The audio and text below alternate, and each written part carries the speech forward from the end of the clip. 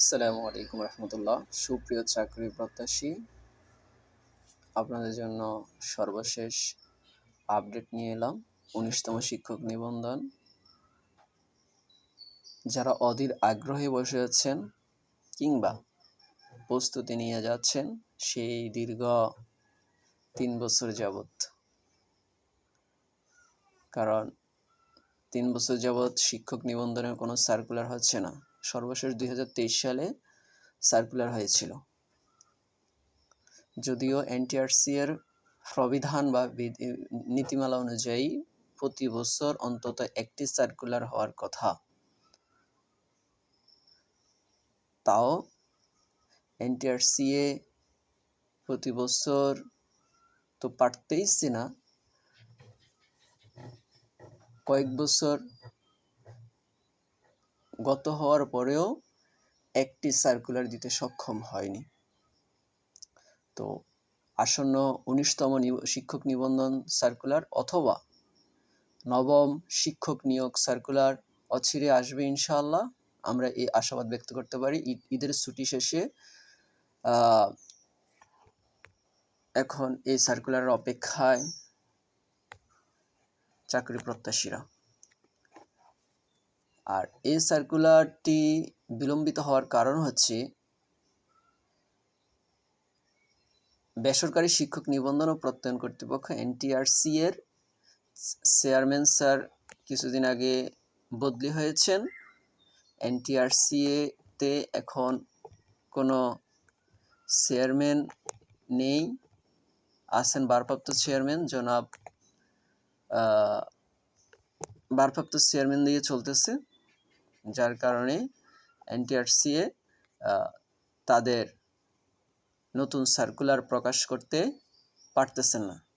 এখন বর্তমান চেয়ারম্যান ভারপ্রাপ্ত চেয়ারম্যান নূরে আলম স্যার, উনি ভারপ্রাপ্ত দায়িত্ব হিসেবে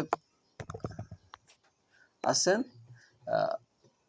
নতুন চেয়ারম্যান যোগদান করার সাথে সাথেই কিছুদিন পরেই ইনশাআল্লাহ নতুন সার্কুলার প্রকাশিত হবে। তার পূর্বে নতুন সিলেবাস, যে সিলেবাস প্রণীত হয়েছে,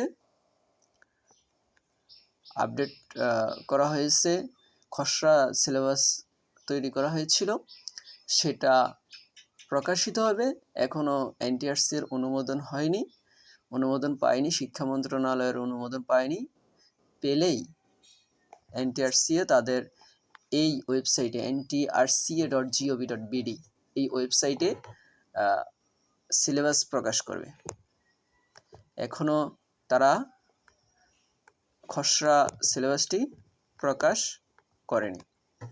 আপনারা দেখতে পারেন এই যে সিলেবাস অংশে এনটিআরসি এর ওয়েবসাইটে গিয়ে এখানে দেখতে পারেন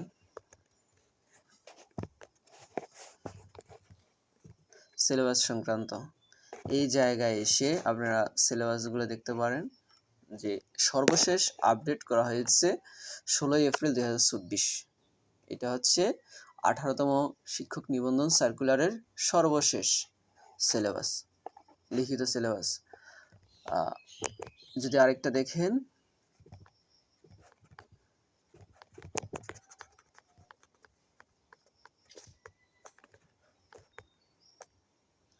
পরীক্ষার বিজ্ঞপ্তিটা যদি দেখতে পারি আমরা, এখানেও দেখা যাবে যে 18তম শিক্ষক নিবন্ধন পরীক্ষা 2020 সরাসরি বিজ্ঞপ্তি।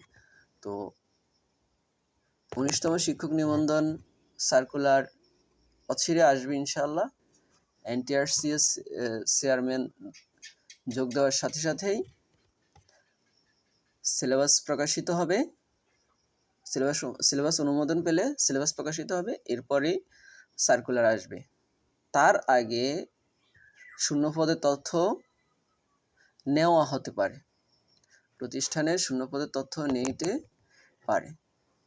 তো আপনারা আপনাদের প্রস্তুতি চালিয়ে নিন, চালিয়ে যান ইনশাআল্লাহ।